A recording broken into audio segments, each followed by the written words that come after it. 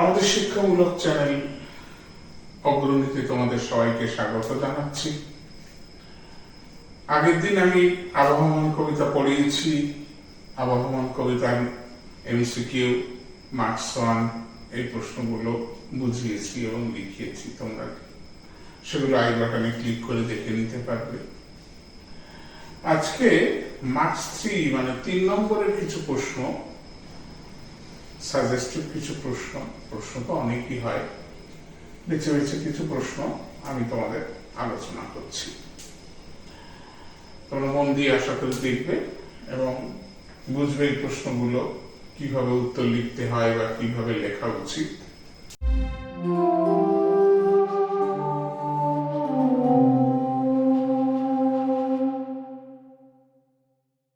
দেখো, আমি এখানে প্রথম প্রশ্ন যেটা তোমাদের দিয়েছি, ফুরোয় না তার যাওয়া এবং ফুরোয় না তার আসা, কবিতার একটা লাইন।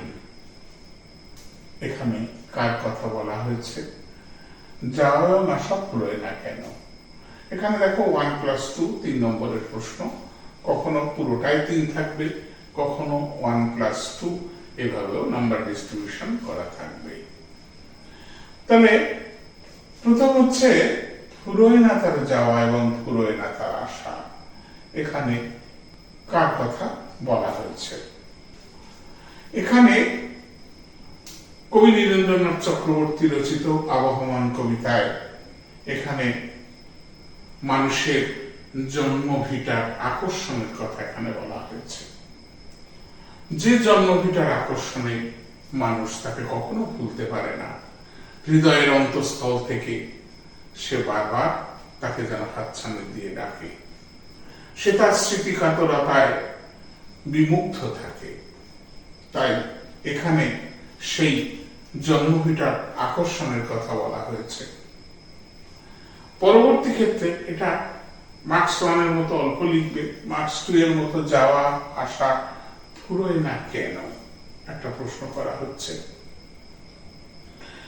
মানুষ তার বাল্যের স্মৃতি এবং শৈশবের স্মৃতিকে নিয়ে যখন তার শিক্ষা জীবনে এবং শিক্ষা জীবনে উন্নতি করার জন্য এবং কর্মজীবনে প্রবিষ্ট হওয়ার জন্য যখন নগরকেন্দ্রিক জীবনে সে আসে, তখন তার স্মৃতি থেকে কিন্তু সেই শৈশবের স্মৃতি মুছে যায় না।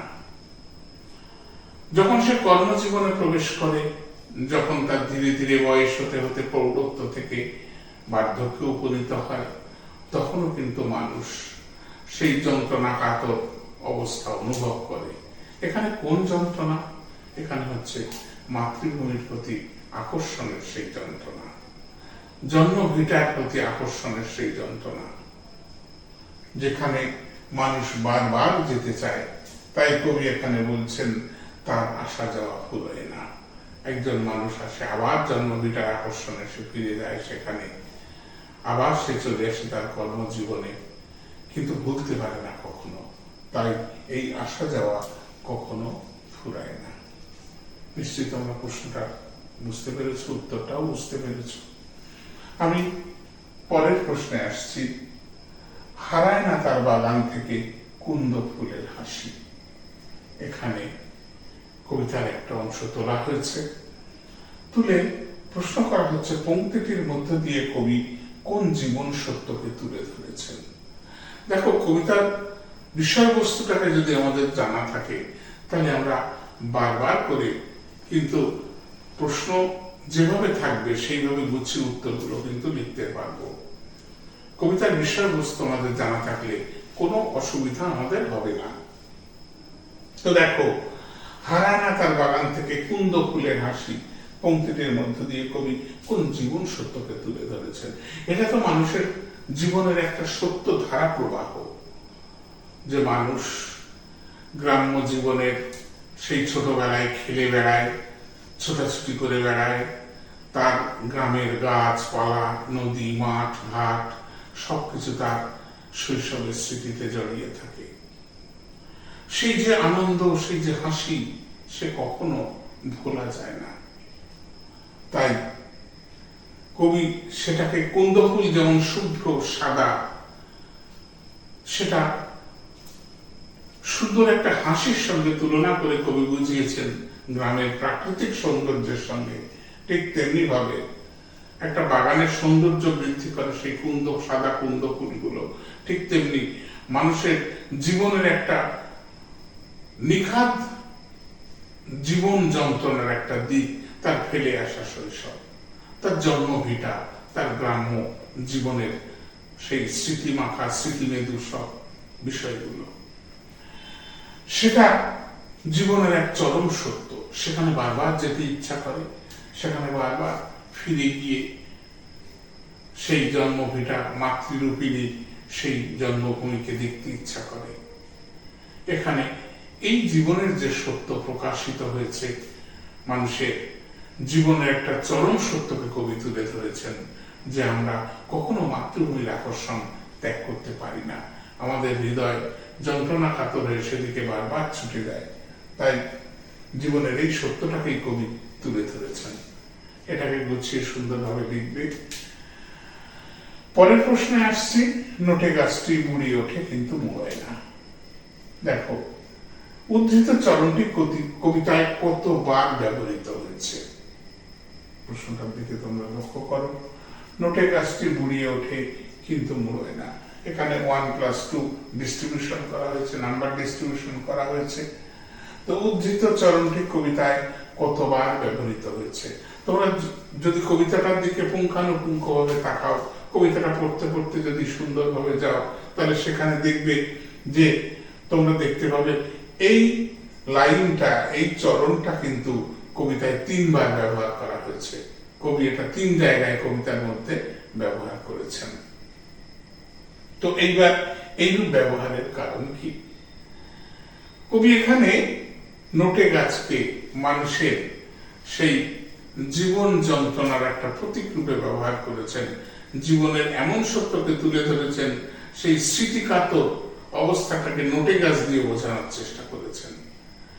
সেই দাদু দিদিমারা গল্প বলতে গিয়ে যেমন বোঝায় যে আমার গল্প ফুরালো, নোটে গাছটা মুড়ালো, কেন নোটে মুড়ালি, এইভাবে যে ছড়াগুলো রূপকথার গল্পে কাটে, পরদিন আবার সেই গল্প করে। ঠিক তেমনি ভাবে মানুষের জীবনে সেই জন্মভিটা বা সেই স্মৃতি, শৈশবের স্মৃতি মানুষ ভুলতে পারে না। কর্মজীবনে এসে বারবার সেটা তার হৃদয়ে কিন্তু দেখা দেয় এবং বারবার ফিরে আসে। সেই নোটে গাছের মতোই সে বুড়িয়ে যায়, কিন্তু সে কিন্তু মুড়োয় না, হৃদয়ের মধ্যে থেকে যায়। আবার হৃদয়ের পাশ দিয়ে সে ঠিক উঁকি মারে মানুষের সেই যন্ত্রণাঘাত হৃদয়টা নিয়ে, তখন আবার সেই গ্রাম্য জীবনে ফিরে যেতে ইচ্ছা করে। তাই এই জীবনের একটা চরম সত্যকে কবি ব্যবহার করেছেন। 3 বার এই চরণটা কবিতায় ব্যবহার করে কবি বুঝিয়েছেন যে মানুষের শৈশবের প্রতি, মাতৃভূমির প্রতি, জন্মভূমিটার প্রতি টান বা আকর্ষণ কতখানি। এইরূপ ব্যবহারের এটাই কারণ যে তার কতটা আকর্ষণ সেটা বোঝাবার জন্য কবি এটা ব্যবহার করেছেন। পরের প্রশ্নে আসছি আমি। পরের প্রশ্নটা দেখো, নেভে না তার যন্ত্রণা যে দুঃখ হয় না বাসি। একই জিনিস বারবার ঘুরিয়ে ফিরিয়ে তোমাকে ডিসকাস করতে হবে, তোমাকে লিখতে হবে। উক্ত লাইনটির মাধ্যমে কবি কি বোঝাতে চেয়েছেন তা কবিতা অবলম্বনে লেখো। নেভে না তার যন্ত্রণা যে, আমরা কি লিখব? কবি নীরেন্দ্রনাথ চক্রবর্তী রচিত আবহমান কবিতায় সেই জীবন যন্ত্রণার কথা কবি বলেছেন, যে জীবন যন্ত্রণা বাল্যের স্মৃতি, শৈশবের স্মৃতিকে বহন করে। বাল্য এবং শৈশবের স্মৃতি মানুষের যখন বয়সে, পরিণত বয়সে, প্রৌঢ়ত্বে, বার্ধক্যে বারবার এসে উঁকি মারে এবং যন্ত্রণা কাতর হয়ে যায় তার হৃদয়টা, সেই যন্ত্রণার কথা কবি বলেছেন। সে কখনো নেভে না, সে কখনো নষ্ট হয়ে যায় না।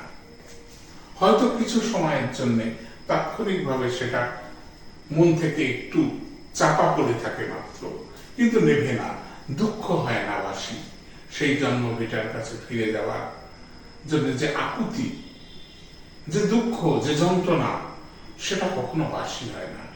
বারবার মানুষের সেই জন্মস্থানে যেতে ইচ্ছা করে এবং তার সেই শৈশবের স্মৃতির কাছে গিয়ে দাঁড়াতে ইচ্ছা করে।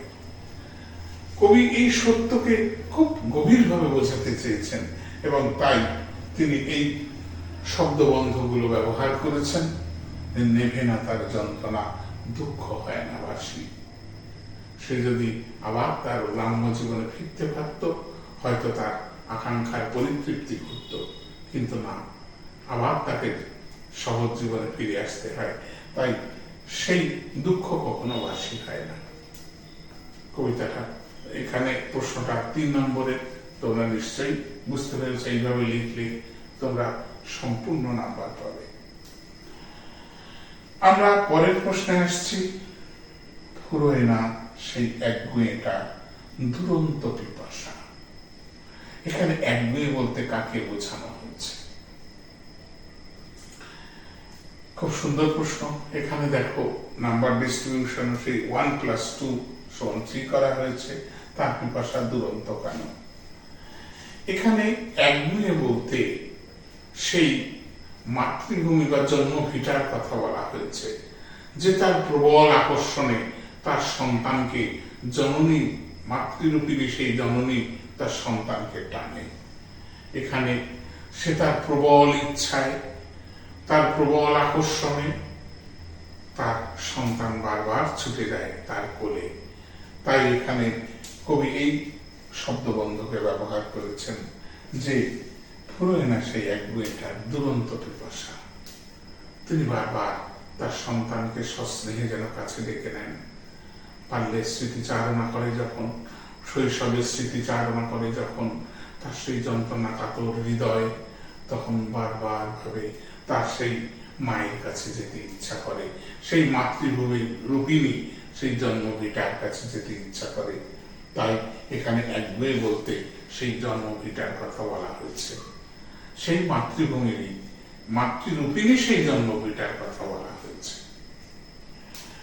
তার পিপাসা দুরন্ত কেন? এটা কখনো নেভে না, কখনো বন্ধ হয় না। সে দুরন্ত ভাবে আকর্ষণ করে। একটা দুরন্ত গতি যেমন ছুটে যায় মানুষের জীবনে, প্রবহমান জীবন ধারায়, মানুষের প্রবহমান জীবন ধারায় সেই মাতৃভূমির প্রতি আকর্ষণের যে পিপাসা, সেটা কখনো ফুরিয়ে যায় না, সেটা কখনো হারিয়ে যেতে পারে না। কর্মজীবনের পরিসরে মানুষ যখন একান্তে থাকে কিংবা কর্মজীবনের নানা কাজের মধ্যে কখনো বা সেই মাতৃভূমির প্রতি টান তার মনের কোণে, হৃদয়ের অন্তঃস্থলে উঁকি দেয় এবং দেখা দেয়। তাই সেই দুরন্ত পিপাসা কখনো হারিয়ে যেতে পারে না, সেটা বারবার দেখা দেয়, বারবার আসে এবং অমোঘ নিয়মে সেটা বারবারই হৃদয়ের কোণে এসে সমুপস্থিত হয়। তাই সেটা খুব দুরন্ত, সেই পিপাসা কখনো মেটে না, আর সেই মাতৃভূমি সর্বসময় তার সন্তানকে ডেকে নেয়। আমি এই প্রশ্নগুলো, তোমাদের অনেক প্রশ্ন হতে পারে, কিন্তু মোটামুটি এই প্রশ্নগুলো দিয়ে বোঝানোর চেষ্টা করলাম মার্কস 3 কেমন ভাবে আসতে পারে এবং মার্কস 3 প্রশ্নগুলো কিভাবে তোমরা পর্যালোচনা করবে এবং বুঝতে পারবে। আশা করি প্রশ্নগুলো তোমরা ভালোভাবে শুনবে এবং ভালোভাবে লেখার চেষ্টা করবে। আমি এই আবহমান কবিতার আগের দিন যে এমসিকিউ এবং মার্কস 1 এবং বোঝানো এই ক্লাসগুলো করেছি, সেগুলো তোমরা আই বাটনে ক্লিক করে দেখে নিতে পারো। আমি পরের দিন তোমাদের এই আবহমান কবিতার 5 নম্বরের প্রশ্ন, মার্কস 5 এর প্রশ্ন নিয়ে আলোচনা করব। এই প্রশ্নগুলো নিশ্চয়ই তোমরা ভালোভাবে দেখবে, পড়বে এবং বুঝবে। আশা করি খুব সুন্দরভাবে বুঝে তোমরা সেগুলো পরীক্ষায় লেখার চেষ্টা করবে। আজকে এখানেই রাখছি।